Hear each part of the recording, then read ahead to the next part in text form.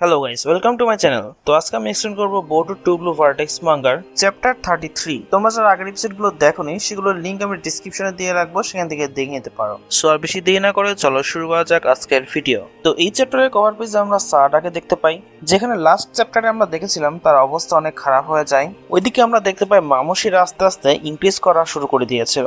দেন আমাদের মামসির টিম দেখানো হয় এবং বোর্ডো টিমকেও দেখানো হয়, এবং সাদার এমন কন্ডিশন দেখে সবাই অনেক শক হয়ে যায়। কাওয়াকি, হিমাওয়ারি এবং সোমরে তার সবাই জিজ্ঞাসা করছিল সাদার কি হয়েছে, সে ঠিক আছে কিনা এটাই জিজ্ঞাসা করছিল, কারণ তার চোখ দিয়ে অনেক ব্লাড বের হচ্ছিল এবং তার অবস্থা দেখার জন্য সবাই অনেক চিন্তিত ছিল। ওইদিকে হিমাওয়ারি সারাটার জন্য অনেক চিন্তিত ছিল এবং সে চাচ্ছিল সে সারাটাকে হিল করবে নাইন টেলের মাধ্যমে। নাইন টেলসের পাওয়ার তো তাকে হিল করতেই পারবে, এবং সে এসে হিল করা শুরু করে দেয়। দেন সে সারাটাকে ঠিক করে দেয়। তার চোখ দিয়ে ব্লাড পড়া তো বন্ধ হয়ে গিয়েছিল, বাট এখনো সে অজ্ঞান অবস্থাতেই ছিল। সো এখন যতক্ষণ সারাটার জ্ঞান আসছে না ততক্ষণ কেউই কিছু বলতে পারছে না। ওইদিকে মামসিরা সবাই হাসতে থাকে সারাটাকে দেখে এবং বাকি সবাইকেই দেখে, এবং এখানে ডায়মন্ডের ফুল পাওয়ারকে দেখানো হয় এবং ডায়মন্ড সেটাই করতে থাকে। সে সব মামসিদের বলে যে তোমরা যতগুলো আছো সবাই আমার সামনে আসো, এবং এই চ্যালেঞ্জটা ডায়মন্ড নিজে থেকেই দেয়। ওইদিকে এটা শুনে সব মামসিরা ডায়মন্ডের উপর অ্যাটাক করার জন্য আসছিল।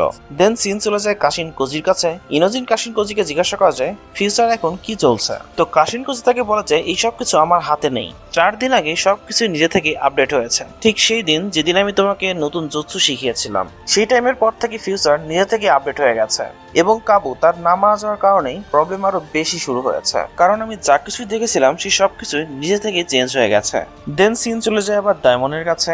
ডায়মন্ড ওদিকে সব মামসিদের সাথেই ফাইট করছিল এবং সে একলাই তাদের সাথে ফাইট করছিল।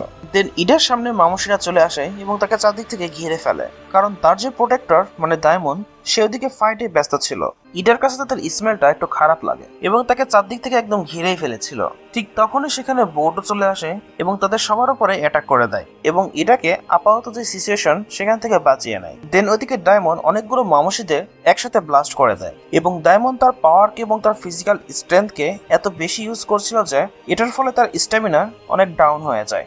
দেন আমাদের মিস্কিকে দেখানো হয় যে ফুল সেজ মোডে ছিল, এবং মিস্কি, ডেল্টা এবং বোর্ডো তারা একসাথে ফাইট শুরু করে দেয়। ওইদিকে শিকামারু বোর্ডোর কাছ থেকে আপডেট নিচ্ছিল যে কি হচ্ছে এখানে। দেন কাশিন কোজি ইনোজিনকে বলা যে আসলে কি হওয়ার কথা ছিল, যেখানে মামসি অনেকগুলো ভিলেজার্সদের সাথে ফাইটে জিতে যায়, বাট এখন যে ফিউচার এটা একটু আলাদা, যেখানে হিমাওয়ারি এবং ইডা তাদের দুজনেরই কিছুই হয়নি, এবং তার এটাও ফিল হচ্ছে না যে মামসিরা এত বেশি উইক হবে। কাশিন কোজি তখন মনে হচ্ছিল যে এগুলো এজন্যই হচ্ছে কারণ সে ইনোজিনকে ফিউচার বলে দিয়েছিল, এটাই বলেছিল যে হিমাওয়ারি এবং ইডা মরতে যাচ্ছে। দেন ইনোজিন জিজ্ঞাসা করা যায় মামসিকে ডিফিট করার এখন কি চান্স আছে, আমার নতুন জুৎসু শেখার সাথে এগুলোর কি রিলেশন।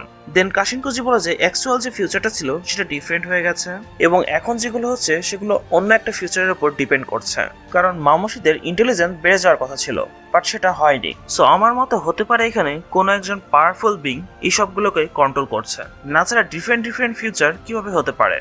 সো বর্তমানে কাশিন কোজি নতুন একটা মেজারমেন্ট দেখতে পাচ্ছে, এবং কাশিন কোজি বলে যে আমি তোমাকে এটা বলে দিচ্ছি। ইনোজিন বলে যে আমাকে বলার কোনো দরকার নেই, আমাকে শুধুমাত্র এটা বলা যে আমাদের কি এখানে জেতার চান্স আছে নাকি নেই। কাশিন কোজি বলে যে তুমি কি এইগুলো সলিউশন নিজে থেকে বের করতে পারবে। ইনোজিন বলে যে আমি এই ফিউচারের সলিউশন বের করে ফেলবো আমার নতুন জুৎসু ইউজ করে। ওইদিকে ইডা ফ্লাই করতে থাকে এবং মামসিদের থেকে বাঁচার চেষ্টা করতে থাকে, এবং ডায়মন্ড তার সাথেই ছিল। তাদের পিছিয়ে অনেকগুলো মামসি আসছিল।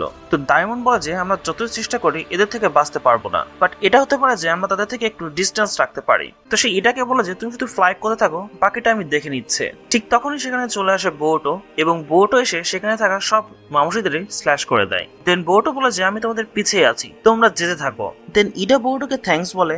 ওইদিকে শিকুমারও একটু বেশি টেনশনে ছিল, কারণ সে কোনো আপডেটই পাচ্ছিল না, কারণ ইনোজিন মাইন্ড ট্রান্সফরমেশন জুৎসু কাট করে রেখেছিল। দেন আমরা একটা টোটকে দেখতে পাই যে সেই ব্যাটেলফিল্ডে দাঁড়িয়ে ছিল। ওইদিকে কাশিন কোজি রিভার্স সামনিং জুৎসু আর্ট করে এবং সেটার মধ্যে বসে যায় ইনোজিন। দেন রিভার্স সামনিং জুৎসু পারফর্ম করে এবং ইনোজিন ব্যাটেলফিল্ডে ডাইরেক্ট চলে আসে, এবং সেখানে এসে সে অনেকদিন পর হিমাওয়ারিকে দেখতে পায়। দেন সে এসে সবার কাছে ক্ষমা চায় দেরি করে আসার জন্য। দেন সে শিকাডাইকে বলে যে কোনো একটা ক্লোনকে শ্যাডো প্যারালাইসিস জুৎসু ইউজ করে ধরে ফেলো। শিকাডাই ওইদিকে কনফিউজ হয়ে যায় যে সে এটা কি বলছে, বাট তারপরেও সে শ্যাডো প্যারালাইসিস জুৎসু ইউজ করে এবং মামসি একটা ক্লোনকে ধরে ফেলে। দেন ইনোজিন দ্রুত গতিতে সেদিকে যাওয়া শুরু করে এবং সে সেই মামসিটার উপরে মাইন্ড ট্রান্সফরমেশন জুৎসু ইউজ করে দেয়। তো মাইন্ড ট্রান্সফরমেশন জুৎসু কমপ্লিট হয়ে যায়। আমরা দেখতে পাই ইনোজিনের বডি নিচে পড়ে যায় এবং ইনোজিন চলে আসে সেই মামসির ভেতরে। তো এই জিনিসটা মামসিদের কাছে একদমই ডিফারেন্ট ছিল, এবং এই মামসিরা একটু অন্যরকম রিয়াক্ট করছিল, যেটা দেখে বোর্টো, ইডা এবং ডায়মন্ড তারা সবাই কনফিউজ ছিল, কারণ তাদের পিছিয়ে যতগুলো মামসি ছিল তারা নিজে থেকেই পিছিয়ে সরে যাচ্ছিল এবং তারা সেদিকেই যাচ্ছিল যেদিকে ইনোজিন তাদেরকে নিয়ে যাচ্ছিল। তো এরা দেখে সেখানে থাকা সবাই শক হয়ে যায়, আসলে এখানে চলছে কি। দেন আমাদের সব দেখে বলে যে হ্যাঁ আমি সঠিক ছিলাম, তাদের মাইন্ডের কোর ফিল একটাই যেটা তাদেরকে একসাথে কন্ট্রোল করে, এবং এই জিনিসটা ইনোজিনের মাথায় এসেছে এবং সেই জুৎসুকে পারফর্ম করেছে, যার কারণে ইনোজিন এখন যতগুলো মামসি ছিল তাদের সবাইকে নিজের হাতে কন্ট্রোল করতে পারবে। দেন ইনোজিনের মাথায় এটা আসে যে কোনো মামসির চোখ যদি ডিস্ট্রয় হয়ে যায় তাহলে তারা আর মাল্টিপ্লাই করতে পারে না। দেন ইনোজিন ডায়মন্ডকে ডাকে এবং ডায়মন্ড তার দিকে তাকায়।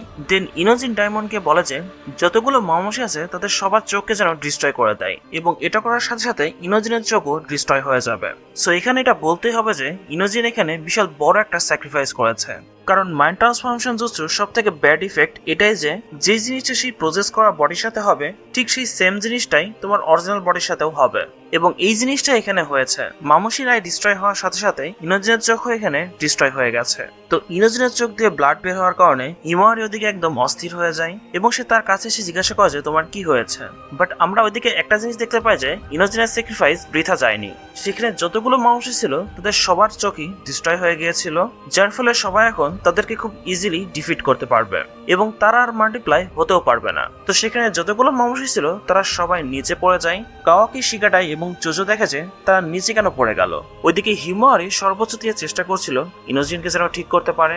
ওইদিকে সব মামসিরা নিচে পড়ার সাথে সাথেই তারা নিজে থেকেই টুকরো টুকরো হয়ে যাওয়া শুরু করে দেয় এবং সবাই দেখতে পায় যে তারা নিজে থেকেই ডিস্ট্রয় হয়ে যাচ্ছে। দেন তাদের টুকরোগুলো একসাথে হয়ে একটা থ্রন সোল তৈরি হয়ে যায়, যার ফলে এখানে এটা কনফার্ম হয়ে যায় যে মামসির খেল এখানে শেষ।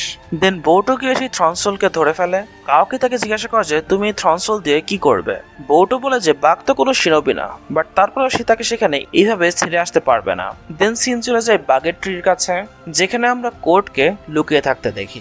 সে তার ক্ল মার্ক ইউজ করে সেখান থেকে সব ইনফরমেশন গুলো নিচ্ছিল। সো বৌটো বাঘকে ফ্রি করার জন্য তো সেখানে আসবেই, এবং সেখানে আসার ফলে বৌটো সামনাসামনি কোর্টের সাথে হবে।